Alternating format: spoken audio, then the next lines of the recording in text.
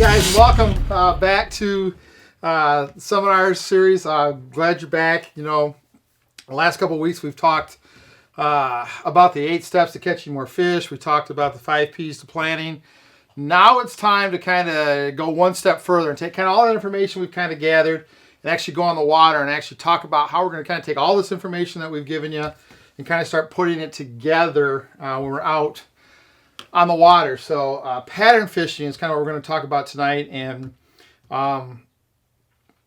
it's something that, again, like we said the last couple weeks, you know, we covered the 8 steps catching more fish. We covered the 5 P's to successful fishing, and we just keep talking about guys just don't do enough thinking when they're on the water, and pattern fishing kind of brings all that home. So hopefully tonight it's kind of more in a fishing environment, or kind of more of a fishing vein than the other 2 seminars were. So all the information we learned in those other two, first 2 seminars, we're going to kind of put together tonight in pattern fishing and kind of get you dialed in to really pay attention to what's going on the water.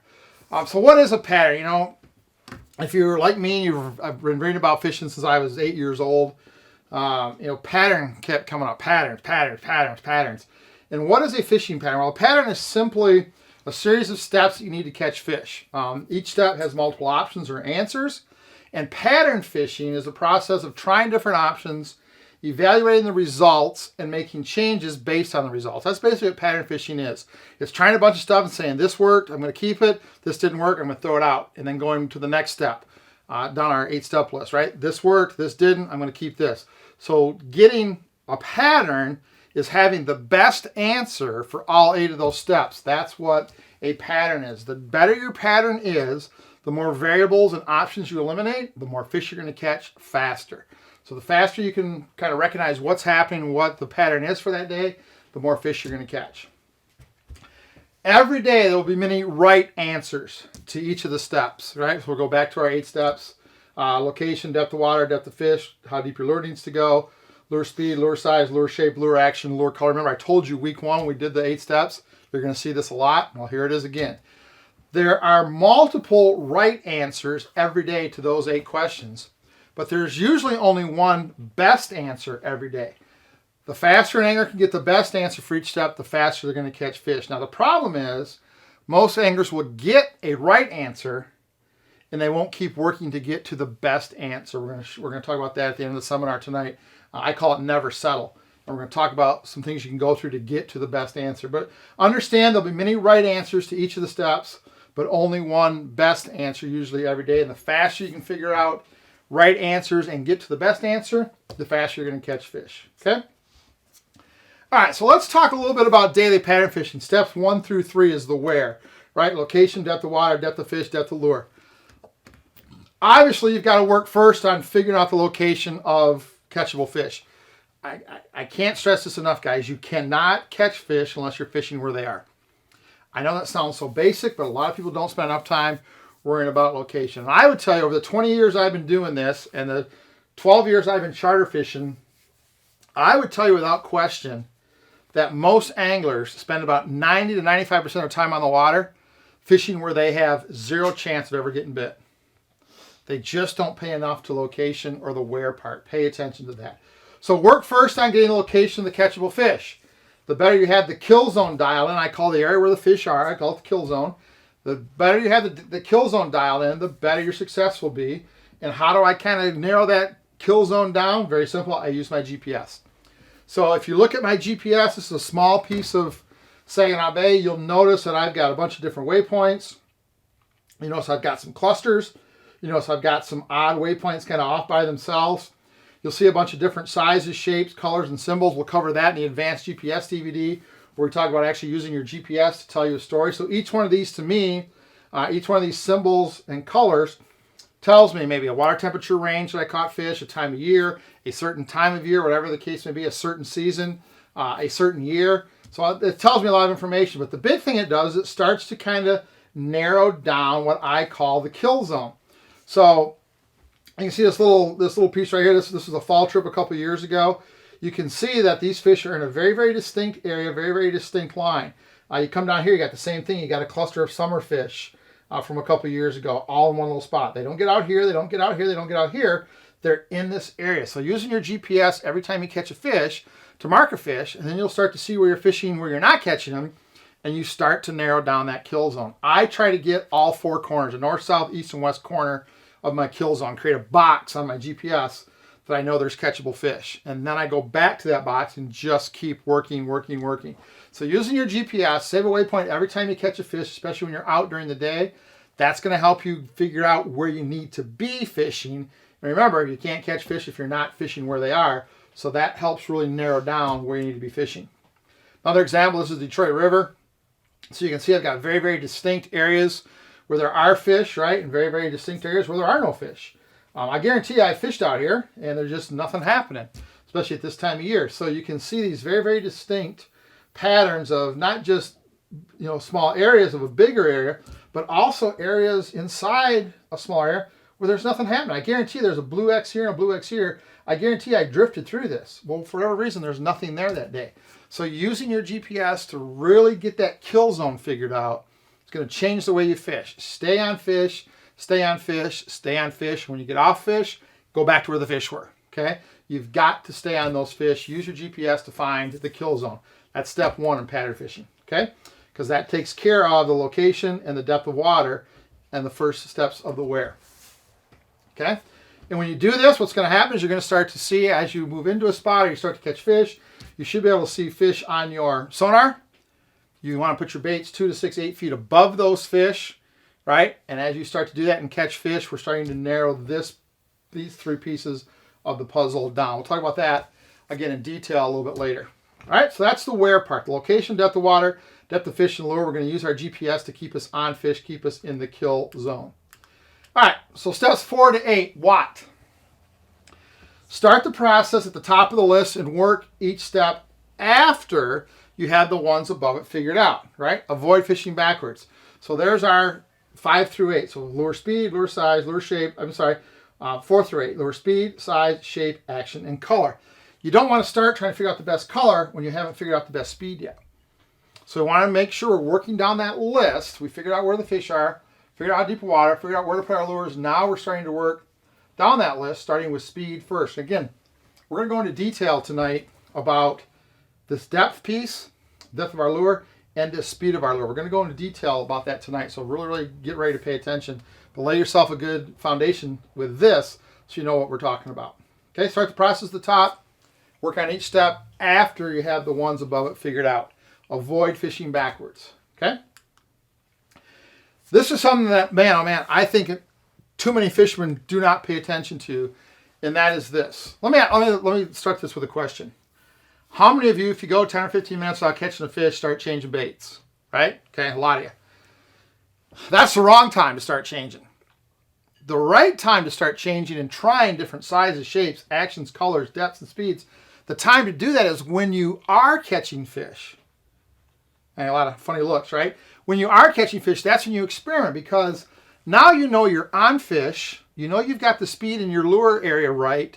That's when you put different sizes and shapes. The fish will tell you what they want. Sometimes they say no, that's okay. You can go back to what was working and keep going that way. But when you are catching fish, that's when you experiment. That's the only way to get to the best result. I'm going to tell you a little story here in a second. Remember, there's several right presentations every day, but only one. Keep looking until you find it. First time that Forrest went out with us fishing, he'd been coming to the seminars for a year or two. We taught, drive around till you find fish. Don't take rods out of the rod locker till you find fish. Work all this. Keep changing baits. We taught all that. He kind of started, he bought in a little bit. I got a chance to take him fishing one fall, and it was a perfect day. So we I had a bunch of my fall waypoints on my GPS, went to our first spot, nothing. Second spot, looked around, no fish. Third spot, looked around the sonar, no fish. Fourth spot, looked around, no fish. Fifth spot, finally found some fish. Well, we're almost an hour into the day from the time we left the dock, and we haven't even got rods of the rod locker yet. So we finally find the fish we're going to catch, or that are catchable. So we pull some lures out, and there's 3 of us in the boat. We're going to run, at that time, it was 2 rods per person in Michigan. So we're going to run 6 rods. Okay? Pretty typical. So I put 6 different baits out in a zone about 2 to 6 feet above the fish. I had 6 entirely different baits out. Okay? So we get ready. First board on Forrest's side, he gets it out. He locks it in. It's out there 100 feet. I'm setting a board on my side. I'm only about halfway out because I was kind of helping him. He picks up his second rod, and that first board goes back. My Forrest, we got a fish, so we stop everything. And we've got video of it, and you can actually see where my rod's hanging there. There's a 20 feet of line out behind the back of the boat. So he grabs it, reels it in, catch it, and then it's about a nice little 6.5 pound fish. And he's all excited. And I am too, right? Right away we caught some fish as soon as we sat down and fished. And I looked at him and said, verbatim, I said, we have to be careful we don't let this fish fool us. He kind of looked at me. I said, look, we just caught a fish on this bait. It actually happened to be a deep little ripper is what we caught the fish on. Actually happened to be a deep, I think it was a pre-lemonade. Actually happened to be a deep little ripper. I said, we got to be careful we don't let this fish fool us. And he said, what do you mean? I said, well, what would you do right now? He goes, well, I put a couple more deep little rippers out. I says, no, that's only one, right? In my mind, one's a fluke, two's an idea, three's a pattern. I said, we can't let that first fish fool us. So by the time the day was over, about 5 hours of fishing, we ended up with about 17, 18 nice fish. That's the only fish we caught all day on a deep little ripper. So if we would have done what a lot of guys do, boom, right away we catch a fish on a deep little ripper, let's change a couple more and put it back out there, we wouldn't have caught as many fish as we caught because the deep little ripper was not the best answer. It was a good answer, but it wasn't the best answer. Don't let those first couple fish fool you. Keep experimenting until you figure out that something doesn't work or something really is working. Then you can start to change. Okay? All right, and that's exactly where we are right here. Never settle, right? When you start catching fish, do not immediately change all your rods to what is working. Now's the time to experiment. Different lure types, shapes, sizes, actions, colors. Keep your lure, your location in your kill zone. Keep your depth in the water, what we call the kill box. And keep your speed close to what's working. And just put different baits. So, we got just a few baits thrown up here, but, something like a deep little ripper, a deep husky jerk, maybe a rogue, maybe a P10, maybe an 800 series reef runner, maybe a bandit, right? So we've got all these fall lures out there. They're all different sizes from 3.5 to 8 inches long, and some are long and skinny, and some are short and fat. Put all those out there. Pretty soon you'll catch 3, 4, 5 fish, and they'll all be on short, fat baits, right? Or baits that are 3 to 4 inches long. We'll take your 8-inch, 7-inch baits out. That's because now you know. You can't tell me that the only thing they would hit all day, that the best bait today was a deep little ripper, until you go back over those active fish with different lures in the water and you still catch them on a deep little ripper and don't catch them on the other ones. If all you do is fish deep little rippers, you can't tell me that was the best answer today. Might have been a good answer, but you might have caught 15 fish instead of 5 with a deep husky jerk. Okay? So keep experimenting, keep experimenting, keep experimenting, keep experimenting. Hey, we got a whole bunch of lures. Man, if you're like me, you got 7 million crankbaits. Put them in the water. Let's see what works. You might be surprised. But never, ever settle. Give the fish options when you start catching them. If something doesn't work, you can always go back to what did catch them and start catching them again. Okay? All right. So let's talk in detail now about step 3 and 4. How deep and how fast. And in my mind, other than location, these are the 2 most important factors to figure out in your presentation. I would rather have the wrong color lure in the right place going the right speed at the right depth than I would ever want to have the right color and not be in the right place with the right speed and the right depth. So how deep and how fast are 2 things I try to figure out right away. Luckily, they're both easy to change, right? It's very, very simple to speed up your boat, slow your boat down. That's pretty simple to do. Reel on a bait, just put another one out. That's not that hard to do. Remember, don't worry about the next step. And the next step down is lure size. Don't worry about that until you have the steps above it right. So here we are, step 3 and 4. Step 1 is location. We're already on fish. Step 2, we know how deep a water those fish are in. Now step 3, how deep do our lures go? How fast? That's the first piece of the presentation puzzle you got to get before you worry about everything else. Okay? So here's a little something that I do different, and it has served me extremely well over the years, especially in open water. Remember, fish in open water specifically, especially as they start to get off the bottom, are active, right? But different levels of activity. The more active a fish is, the higher he's going to come to get a bait. Use that to your advantage to catch more fish from a school. So let's do this. We've got a school of 25 walleye, 30 walleye. There's 4 in there, 5 in there that are just they're going to hit anything. They're just nuts. They're crazy. What you don't want to do, if those fish are 20 feet deep, is catch those fish with a lure that's 18 feet. Because now those 5 fish come out, they hit that, they're pulling, they're in that school. Pretty soon that school kind of goes, I'm not quite sure this is a good idea. What you want to do is get those hot fish out, have them come 6, 8, 10 feet to get a bait, because they're going to come anyway. Get them out of there. Then you can start dropping your lures and start catching fish that aren't quite as aggressive. So what we want to do is we want to make sure those really hot fish come way up 6, 8, 10, 12 feet to get a bait.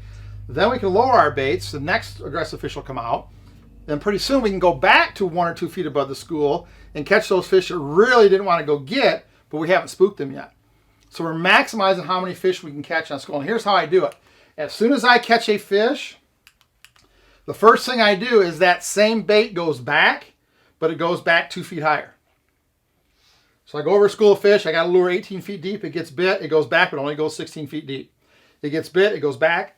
It goes 14 feet deep. Goes back. Gets hit again. Goes 12 feet. No bites. Guess what I just figured out? I just figured out my box of death is between 14 and 18 feet.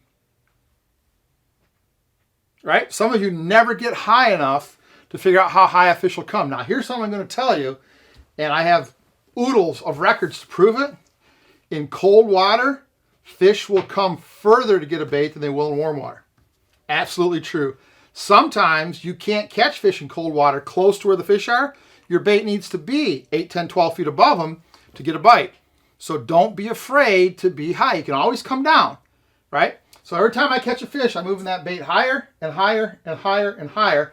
And then once you get this all figured out, you'll know how high you can go, how low you can go. You've now figured out what I call the box of death. So you've got your kill zone on the surface where the fish are located. Got your box of death in the water. Now you can start putting everything you have in those 2 boxes. One vertically along the surface, one horizontally through the water. You get a flood of different styles, baits, different colors, different shapes, different actions.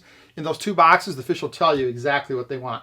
Pay attention to this. When you catch a fish, put your lure back, but put it higher. Fish will tell you how high they're going to come. Okay? I do the same basic thing with my speed. How fast can I go? Again, the more active a fish is, the faster a lure can present it. We're trying to get those really hot fish out of there as fast as we can. And then we can go back and slow down a little bit. So I have a tendency, and those of you that know me, those of you guys who are sitting here, a lot of you know, have known me for 3, 4, 5, 6, 8, 10, 12 years. I fish fast. Slow to me, walleye fishing is 2. Right? I catch a lot of fish, even in 50, 48, 49, 50 degree water, spring and fall. I catch a ton of walleye. 2.2, 2.4, 2.6. Summertime, we're fishing 2.8, 3, 3.2, 3.3 sometimes, and catch a ton of fish. I think speed is a trigger. We're going to talk about that in a future seminar. I think speed is a trigger even when fish are not active. That's a whole nother story for another day. So I start fast.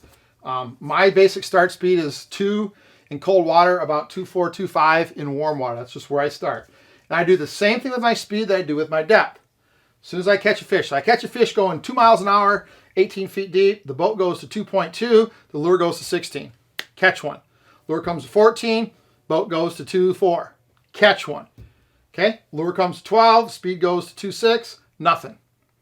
Well, I've just now figured out my box of death, and I start to work in the speed range. So now I lower that lure back to the top of my box of death, keep my speed up. Maybe I catch one at 2.6, but now I know I can't go any higher. Now I go back, put the lure back where it was, go 2.8, don't catch any fish. So now I figured out my box of death by moving my lure higher every time I catch a fish until it doesn't get bit.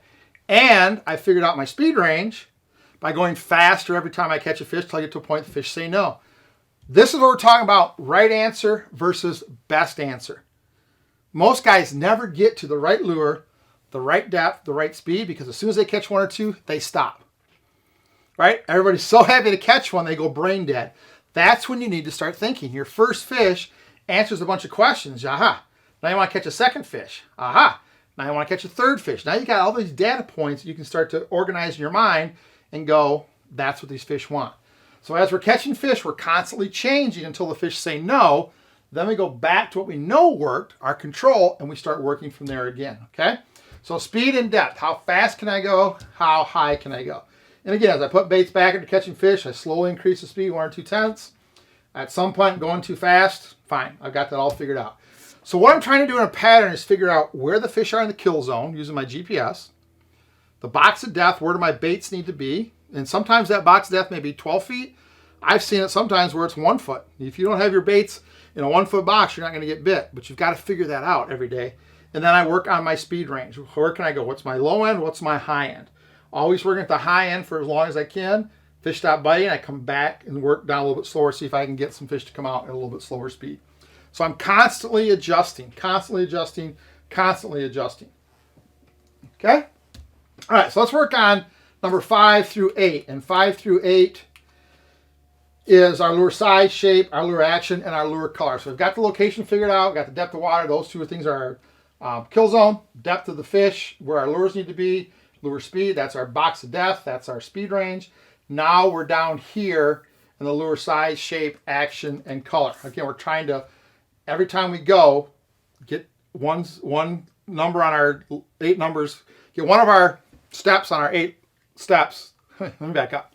Get one of the answers on our 8 steps figured out, and then we start working on the answer below it. Always working from the top down. Okay? So once the location, depth, and speed are figured out, now we can start working on the presentation, right? Size, shape, action, and color. Remember to work from the top down. Small changes can make a big difference. I want to stop for just a second, right? I want to go back to here because as we've been talking about all this, I want you to be honest. Take just 10 seconds to think for a minute. Be honest. How many of you, if we know that this is right, from the top down is how we need to do it, how many of you are still fishing backwards? You're worrying about what lure and what color before you worry about this. Okay? That's what we're trying to get you to today, is understand those 8 steps, have a reason that they're in that order. Okay? All right, so once the location, depth, and speed is figured out, now we can start working on size, shape, action, and color. And we do it the same way. Kill zone, box of depth, speed range. Now we keep changing lures, right? We're always in the right location. We're moving baits up. We're moving baits down. We're changing speeds. Maybe we caught a couple fish on a deep little ripper and we put a husky jerk out there. Maybe we caught a couple fish on a husky jerk. We put a rattle tot out, something different, totally different shape, totally different action, totally different sound. We're in the same place, at the same depth, close to the same speed. We're letting the fish tell us what size, shape, and action lure they want. You'll be surprised how many days the best presentation is nowhere close to what you caught that first fish on. Okay? Remember that story I told you about Forrest. We caught 16 or 17 fish that day, never caught a second one on a deep little ripper. How many of you would have put more deep little rippers in the water and not had a very good day? Come back and told me the fish weren't biting? Well, we had 16. Okay? Always, always, always working. Don't let the first few fish fool you into a bad pattern. Every time you catch a fish, and this is where I want you to start thinking. Again, most people I see on a boat, they catch a fish and they go brain dead. They just stop thinking. That's when you need to start thinking. And you need to ask yourself 2 questions. You catch your first fish, you got those 8 questions answered, and that's why I'm adamant about writing it down. Use our catch report sheets, use a notebook, I don't care. Write it down. Take 2 seconds and write it down. You catch your second fish, now's when the fun starts. 2 questions you need to ask yourself. What did the presentation I caught both those fish on have in common? Are those 8 things? So even if you just list those 8 things real fast, what do they have in common? Those are things that are important. Those are things that you need to start concentrating on. And then you ask yourself this, what was different about the two fish I caught? If you got things that aren't the same, that are different, that means you haven't got that figured out yet. So as you catch more fish, you start to figure out that, hey, all my fish are coming 15 to 18 feet deep. My lure is 15 to 18 feet deep. And we started to catch all of our fish between 2.4 and 2.6 miles an hour. But I've caught one on a husky jerk and one on a Hottentot and one on a deep little ripper and one on a rogue. You don't have the size and shape figured out yet. Caught one on purple, one on chartreuse, you don't have the color figured out yet. So what you need to do is as you get 3 or 4 fish that tell you same on one of the columns, one of the answers, you're pretty good. 4 fish, 4 different lures, 4 different colors.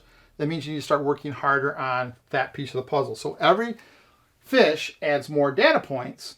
And you just got to keep asking yourself, what do they have in common? What do they not have in common? What do they have in common? What do they not? The faster you figure this out, I guarantee you guys, the better your fishing is going to be. Okay? Changes, sometimes very, very subtle changes, can often be the difference between a good day and a great day. Keep experimenting. One of the things I love about my charter fishing is we're on the Angler Quest pontoon on Saginaw Bay, and we've got most days 12 rods running. I got John with me most of the times as the first mate. Got 12 rods going. We can experiment. Michigan's nice. Even with 2 guys, you got 6 rods, right? I would keep 4 kind of fishing and 2 to play with. I'd keep my 2 inside rods to play with because they're easiest to change. But keep experimenting. Don't stop. Don't stop. Keep playing until you get it right. And sometimes, guys, very, very, very subtle difference can make, or very, very subtle changes can make the difference between catching 10 fish and catching 20 fish, or catching 20 fish and catching 40 fish. Pay attention to these small things. So what are we talking about? What kind of small changes can we make? Well, pretty simple. Maybe you're fishing a spoon, right? So a lightweight versus a heavyweight. Maybe you're fishing a weight in front of a crankbait. Okay? Is an inline weight better than a snap weight? Is a snap weight better than a lead core? If you're fishing crawler harnesses or spoons, you know, lead core versus a offshore tadpole versus a dipsy diver, right? Jet divers versus a mini disc. If you're maybe you're trolling spoons or crawler harnesses, right? So you got a jet diver, you got a mini disc. Each one of these goes through the water different and gives a different action to the lure behind it, right? Bottom bouncers versus inliner snap weights versus lead core ran close to the bottom.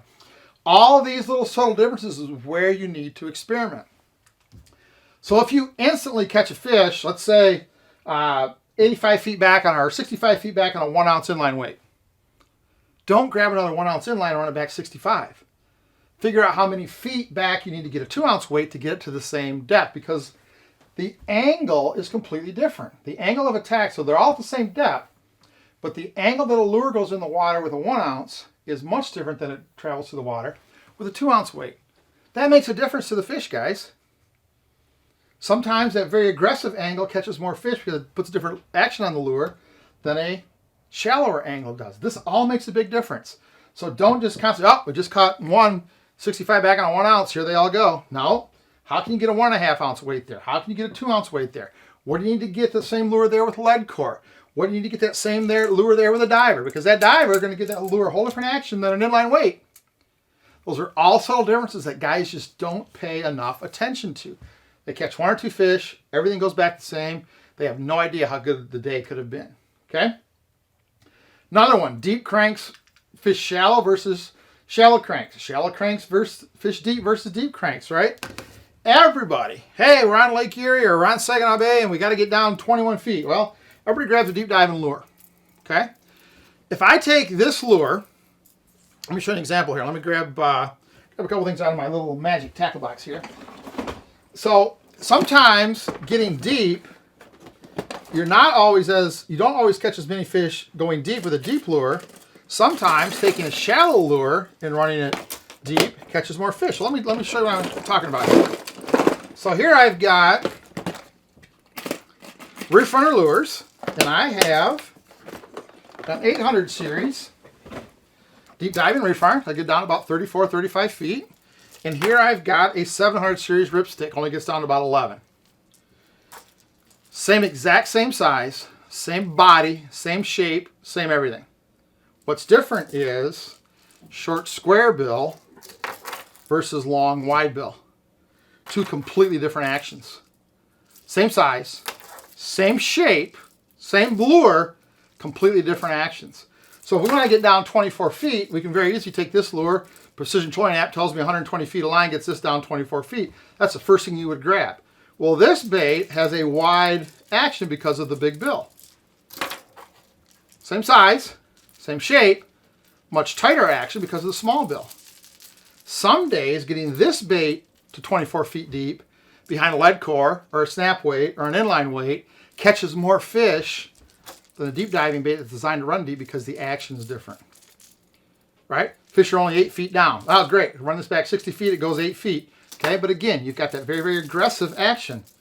Sometimes this lure ran 20 feet behind an offshore planer board to get 8 feet with that wider action, catches more fish than this does. So just because you want to fish deep doesn't mean deep diving cranks are the best. And just because you want to fish shallow doesn't mean that shallow diving crankbaits are the best.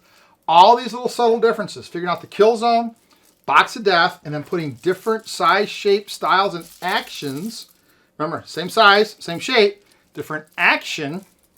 Each one of those in the spread is going to catch a different amount of fish every day. Those are those subtle things that guys just do not pay enough attention to, right? Different weighting device. Again, this disc is going to put a different action on the bait than this jet diver is. A tadpole is going to be different. Deep dive and crankbait versus shallow. A 1 ounce weight versus a 2 ounce. These are all things that good fishermen do, right? So when you come back and say, man, we killed him on a 1 ounce inline weight, I go, did you run a 2 ounce down there? No. Well, then you can't tell me 1 ounce was good, but it wasn't the best, right? The other thing is inline weights versus snap weights. Inline weight, because of what it is, it goes inline. It's only 4, 5, 6 feet above our lure.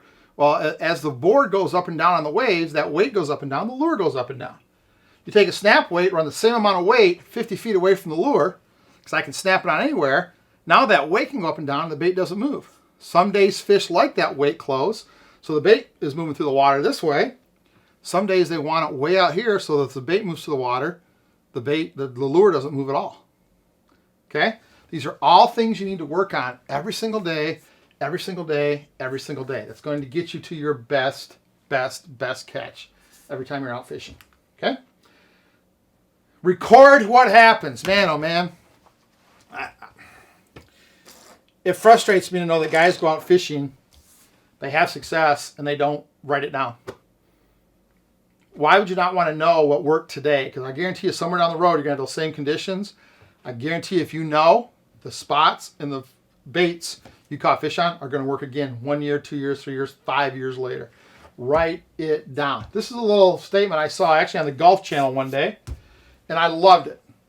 If you can't measure something, you can't understand it. If you can't understand it, you can't control it. And if you can't control it, you can't improve it. And that's exactly how I feel about keeping records when you're fishing. If you don't know what size bait is catching more fish, you can't try something else and make sure that you understand that size bait is better than a bigger or smaller bait. Okay? And if you can't understand that you're catching more fish on a 4-inch bait than you are a 5-inch bait, you can't improve the amount of fish you catch because you're still going to run different size baits because you don't know for sure that 4 is better. If you can't measure it, you can't understand it. If you can't understand it, you can't control it. If you can't control it, you can't improve it. Guys, write it down. Carry a notebook in your boat. As soon as you catch fish, write it down real fast. Just shorthand, whatever your shorthand is. And as you catch fish, compare. Okay? I would tell you that this is probably one of my... I've been doing this for 20 years now.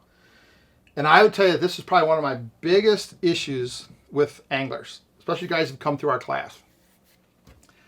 They don't keep good enough records, okay? Well, I get guys all the time, well, I don't want to take the time. Okay, stop for a minute. If you look at, I'm going to jump ahead a little bit. If you look at our catch report sheets, here's what we have.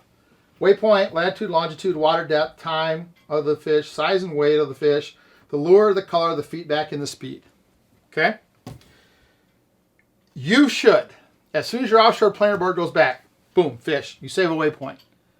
First thing you do is you turn around and write that waypoint number down in your box. Now, if you do what we do, and the way we teach you in our advanced GPS class, our advanced GPS DVD, that should be waypoint number 1, but that's a whole other class. So you save a waypoint, somebody writes that down, okay? You should, and if you can't, guys, you need to pay better attention.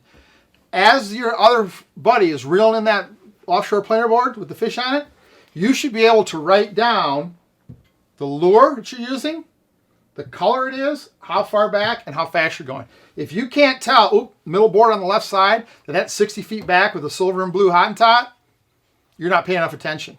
You have to pay attention. So you should be able to get the waypoint and then write down the lure, the color, and the feet back before the board even gets to the boat. Okay? On-snap the board, fish comes in, you net it, you look at it, yep, 26 inches. You write down 26 inches, you go. You don't need to write down the latitude, longitude, depth of water, or the time, because at the end of the day, when you go back and look at your waypoint, or after you get that lure back in the water, You can go to your waypoint screen, bring up your waypoint. It'll tell you latitude, longitude, water depth, and the time that that waypoint was saved. So you don't need to write any of that down until you have time. So record the waypoint. You should know the lure, the color, the feedback, and the speed you're going before the board even gets to the boat. Only thing you need to wait for the fish is the size and the weight. If you can't do that, and be honest with yourself, if you can't look at your spread and go, that's that, that's that, that's that, that's that, that's that, and that's that, you are not paying enough attention. If you can't do it on your mind, write it down. Just make yourself take a little notepad. You can buy them for 10 cents when school gets ready to start again. Write it down. Rod number 1 is this, rod number 2 is this, rod 3. That way you know, okay? So pay attention to recording. So again, with each fish we catch, we want to measure, we want to understand, we want to control. With each fish we catch, we're going to write it down, those 8 steps. We're going to ask ourselves what's the same and what's different, and we're going to work through the pattern. You can use these sheets. I would prefer at the end of the day use these sheets because they're very easy. But during the day, if you want to use a notebook, that's fine. I know some guys use the record feature on their phone, right? I know some guys have a little tape recorder they just carry, and they just, boop, well, waypoint 7, blah, blah, blah, blah, blah, blah, and they put it down. Then when they get some time, they write it down on paper, okay? There's our friend Al Van Brockel. A lot of you guys know Al. He's out salmon fishing with a buddy. Actually, I've had a couple charter captains that Al has went charters with make a comment about, man, the guy pays attention, asks questions, and writes everything down. He takes his catch report sheets with him every time he goes fishing. And I'll tell you what, Al has become a really good fisherman because he has information that he can use to help him get on fish a whole lot faster. Okay? All right. So before we wrap this up, let me take a quick little drink here. Make sure that you're writing things down. So 2 things I want to tell you here. First of all, keep a sheet and keep this information even if you have a bad day. So at the end of the day, if you tried 3 places and tried 10 different lures each place, make sure you have a record of that somewhere. So the next time the conditions are the same, don't go back to those places and do those same things. If it didn't work today, I guarantee you they're probably not going to work a year or 2 from now, right? So be cognizant about writing this stuff down, and recording it. Second thing I want to tell you is this. As we're talking about fishing here, this is the right place to do this. We talk about fishing backwards. When we look at our 8 steps, we ask you, are you fishing backwards, right? I hope that you're honest with yourself and say, yeah, I need to start paying more attention. The other thing I want to ask you is, are your actions in the boat backwards? What I mean by that is this. Do you go fast when you should go slow? And do you go slow when you should go fast? Here is the typical situation I see. And on my charters, I let guys, especially our trolling charters, I let our customers kind of do everything. Set the rods, do all that. Because I want them to learn. I want them to be part of it and learn. So what I see a lot of is this. Or if I go fishing on someone else's boat. We're getting our lure set. Let our line out. Get our planer board on. What a lot of guys do is they'll hang on to, let's say we want to let that offshore planer board out 100 feet. They'll sit and hold on to their spool until it gets to 100, then they'll put it in the rod holder. Okay? Going slow. That's when you should go fast, guys. Lure goes out, offshore board gets snapped on, turn the clicker on your reel, open the bail, stick it in the top rod holder, right? It's going out under pressure. As soon as it starts to go, you grab the second rod and start setting the line. Because you can't catch fish with lures in the boat. So setting rods, you need to be fast, not slow, right? Get them out as fast as you can get them out. If that board goes out to 115 feet before you stop it, that's okay. Reel it into 100, you're done. Keep setting rods. The biggest thing I see happen is this. When guys catch fish, planer board goes back, offshore board goes back, guys get all excited, everybody just scrambles. Guy grabs a rod real fast, starts reeling, okay? You're going to lose fish that way, but everybody's scrambling. That's the time when that offshore planer board goes back to just slow down. Got to fish. First thing you do, you turn around, save a waypoint instantly. So you know where you were when you caught that fish, right? Caught the fish. Now what you do before the guy even grabs the rod. All the other rods, do I need to move any rods out of the way to catch this fish? Move those. Is the net ready? Yep, net's ready. I'm all clear. Yep, all clear to go. Now you grab the rod, reel the fish in. Take your time, take your time, take your time. Constant pressure. Board comes off. Take your time, take your time, take your time. Net the fish. Fish comes in. Boom.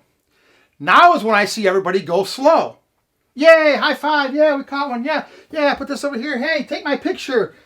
Guys, you just caught a fish on that lure in this spot.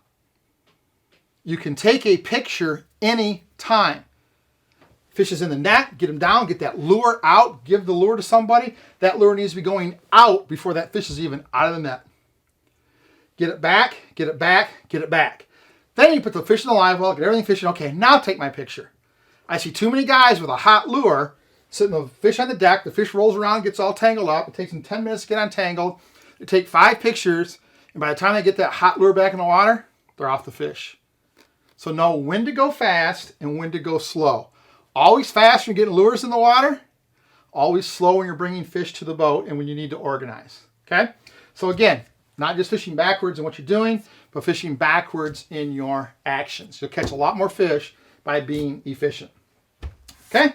All right, so there's pattern fishing. Hopefully that helped you kind of take some of the information we gave you in the first 2 seminars.